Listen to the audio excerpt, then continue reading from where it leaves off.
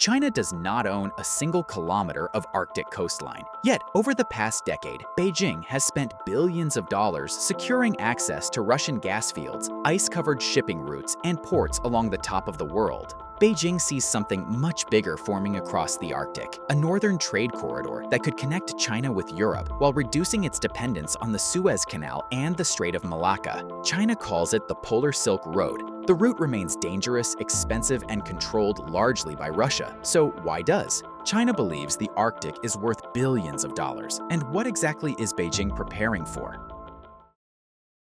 For most of modern history, the Arctic played only a limited role in global trade. Thick sea ice blocked ships for much of the year, while extreme cold, long periods of darkness, and the absence of major ports made large-scale development difficult and expensive. But that situation has started to change. Longer navigation seasons and advances in ice-class ship technology have made parts of the Arctic more accessible. Russia has responded by expanding ports, constructing powerful nuclear icebreakers, and developing enormous oil, gas, and mining projects along its northern coastline. China wants to take part in this development, even though it has no territory inside the Arctic Circle. At the center of China's Arctic strategy lies the Northern Sea Route, a shipping corridor that follows Russia's northern coastline. It begins near the Bering Strait between Russia and Alaska, then continues west through the East Siberian, Laptov, and Kara Seas before reaching the Barents Sea and northern Europe. For ships traveling between East Asia and Northern Europe, this route can cut the distance by as much as 39% compared with sailing through the Strait of Malacca, across the Indian Ocean, and through the Suez Canal. Depending on the ports and ice conditions, a vessel could save thousands of kilometers and around 10 to 15 days at sea.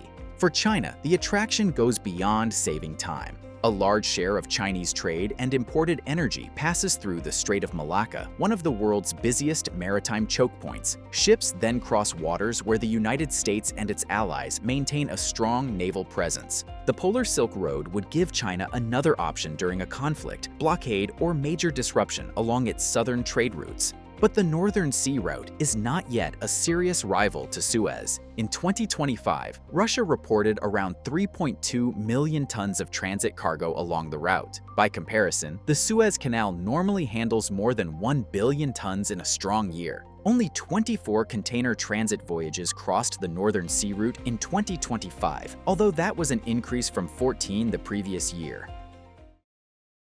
However, China's interest in the Arctic began long before Beijing used the name Polar Silk Road. At first, China focused mainly on scientific research rather than ports, shipping, and energy. In 1999, China sent its first scientific expedition to the Arctic aboard the research icebreaker Shuilong, or Snow Dragon. 5 years later, it opened the Yellow River Research Station in Svalbard, a Norwegian archipelago inside the Arctic Circle. Chinese scientists began studying sea ice, ocean conditions, climate patterns, and the upper atmosphere. This research gave China valuable data about a region where it had no territory of its own. It also helped Beijing build relationships with Arctic governments and support its application to become an observer in the Arctic Council, which it achieved in 2013. China then started connecting its scientific presence with a much larger economic plan. In 2017, Beijing included the Arctic Ocean in its plans for maritime cooperation under the Belt and Road Initiative. The following year, China released its first official Arctic policy.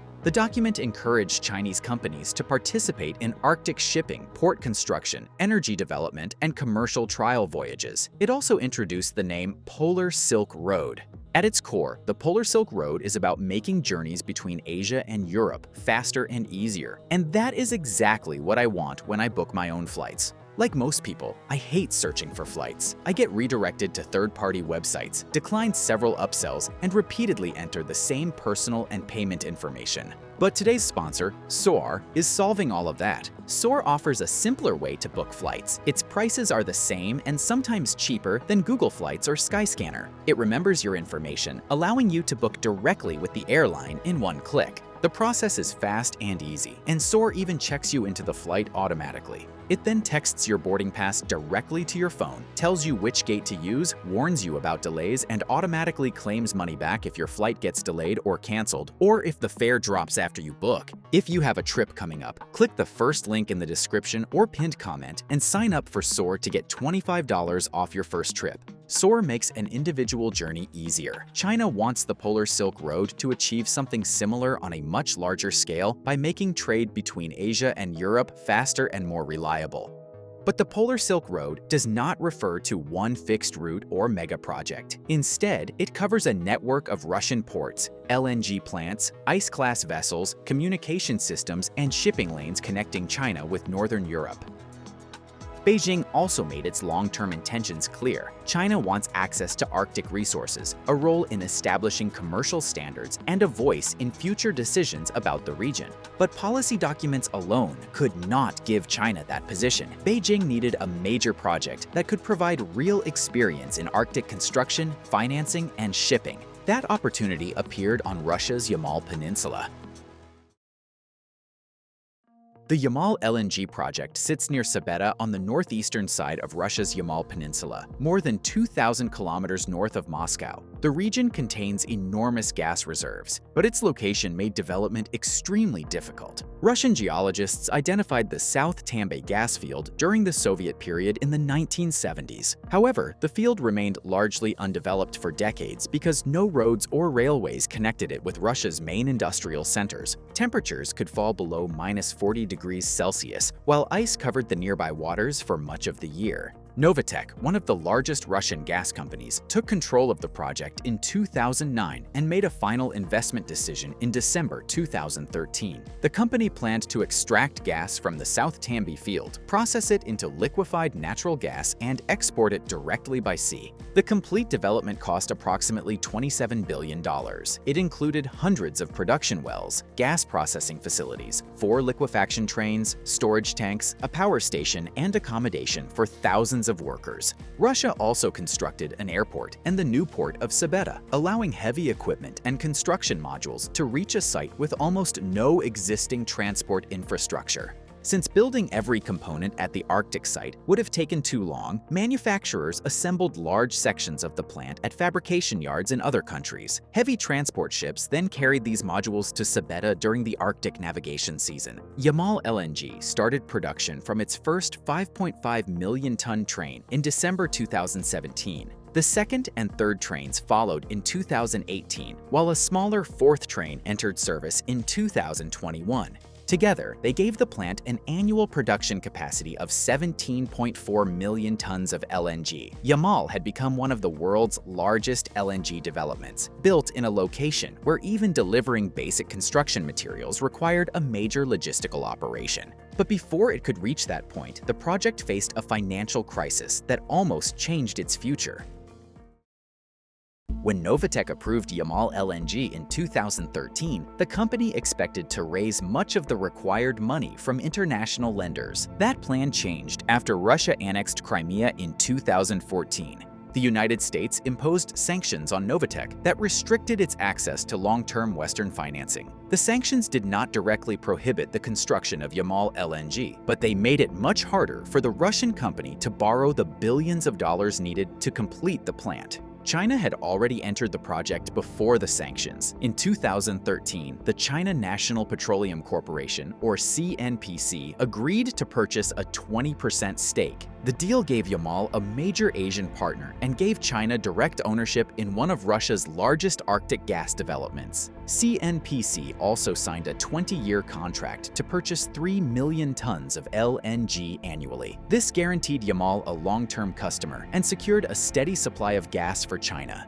Beijing expanded its involvement in 2015 when the state-backed Silk Road Fund agreed to purchase another 9.9% stake from Novatek. Together, CNPC and the Silk Road Fund now controlled 29.9% of the project, but ownership was only part of China's support. In April 2016, China Development Bank and the Export-Import Bank of China signed 2 15-year credit facilities for Yamal LNG. Their combined value stood at approximately $12 billion at the time. These were loans, not free money, and Yamal LNG had to repay them with interest. Even so, They represented the largest part of the project's external financing package and arrived when access to Western capital had become severely restricted. China therefore supported Yamal in 3 separate ways. Chinese institutions purchased nearly 30% of the company, Chinese banks supplied long-term financing, and CNPC guaranteed demand through a 20-year LNG contract. This allowed construction to continue despite sanctions and turned it into one of the clearest examples of China and Russia combining money, resources, and political interests in the Arctic. However, producing LNG on the Yamal Peninsula solved only half of the problem. The project also needed a reliable way to transport it through waters covered by thick sea ice. Yamal LNG ordered a fleet of 15 specialized ARC-7 ice-class carriers. Each ship measures around 300 meters long and can carry approximately 172,000 cubic meters of liquefied natural gas. These vessels use a double-acting design. In open water, they sail forward like conventional carriers. When they encounter heavier ice, they can turn around and move stern first, using reinforced hulls and powerful propulsion systems to break through ice that would stop an ordinary cargo ship. The ships can operate independently in moderate conditions, although they still require assistance from Russian icebreakers when the ice becomes too thick or unpredictable. During the warmer navigation season, Yamal's tankers can sail east from Sibeta along the northern sea route. They cross Russia's Arctic coastline, pass through the Bering Strait, and continue south toward Chinese ports. In July 2018, the first direct Yamal LNG cargoes reached China through this eastern route. The voyage proved that Arctic gas could travel from northern Russia to East Asia without passing through the Suez Canal.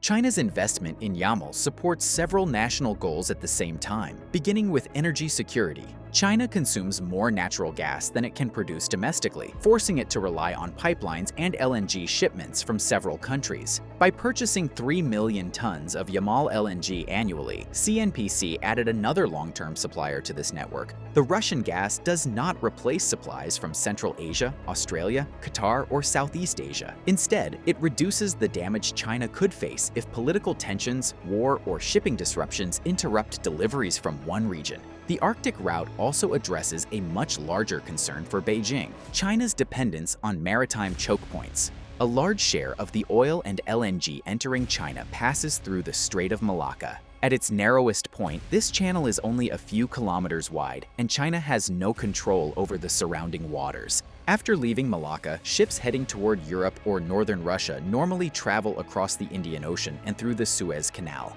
The northern sea route gives Beijing another option. It cannot replace the southern route at its current scale, but it creates a second corridor that avoids both Malacca and Suez. China also wants access to the Arctic's wider resources. Northern Russia contains huge reserves of natural gas, oil, nickel, copper, and other minerals needed by Chinese industries. By entering early, Chinese companies can secure contracts and build relationships before development expands further. Then, there is the political value. China cannot claim Arctic territory, but large investments give Beijing a reason to participate in discussions about shipping rules, infrastructure, and future resource development. Its scientific expeditions support the same goal. Research vessels collect information about sea ice, weather, and ocean conditions, helping China plan future voyages while maintaining a permanent role in Arctic affairs. For Beijing, Yamal LNG is therefore more than an isolated Russian gas project. It provides energy, shipping experience, industrial contracts, and a stronger position in a region that China expects to become far more important.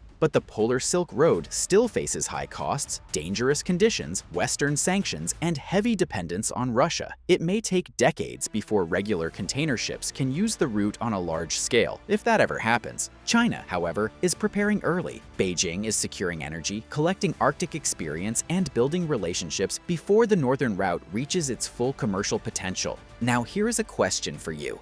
Could the Polar Silk Road eventually compete with the Suez Canal? Will Russia remain China's main Arctic partner, or could their interests begin to separate? And as China expands its presence across the top of the world, how will the United States and other Arctic powers respond? Let us know your thoughts in the comments below.